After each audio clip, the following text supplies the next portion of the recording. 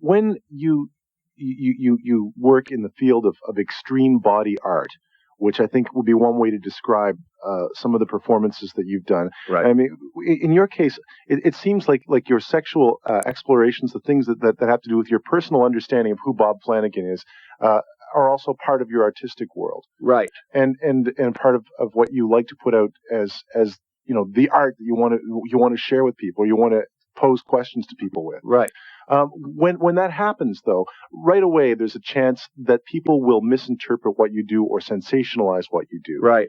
How much responsibility can the artist have for that sensationalization, or do you have to say, I know this is going to happen anyway, I have to let it happen, and someone else will have to deal with the consequences? I feel like I'm really concerned about the craft first, and no matter what the subject matter is. So I wherever I'd worry about that a lot, and I used to worry about it even more than I do now. So whenever I felt nervous about it, I just made sure that it made sense to me from a craft standpoint. In other words, if I was writing about it, it didn't matter that I was writing about nailing my penis to a board. It had to be done with a real sense of style, and the writing had to be really sharp for me to even do that. Mm-hmm. When I first started doing live performances, they were extensions of S&M demonstrations that we did strictly for S&M clubs, demonstrating how you nail yourself or how you pierce yourself or how you tie yourself up someplace.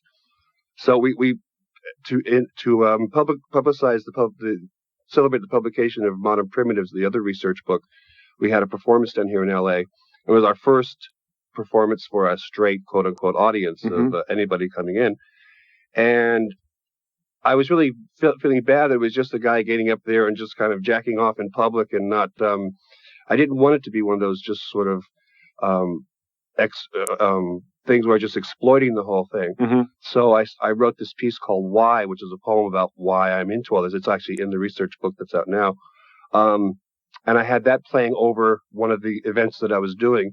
And it added this whole element of poetry to it that people were, instead of being shocked, they were moved and they were crying about the whole thing. And they felt the real kind of sense of survival, not even having anything to do with S&M anymore, but about just surviving life and surviving all its tribulations. And that was really rewarding to me. That's sort of what I've been trying to maintain all throughout my work now.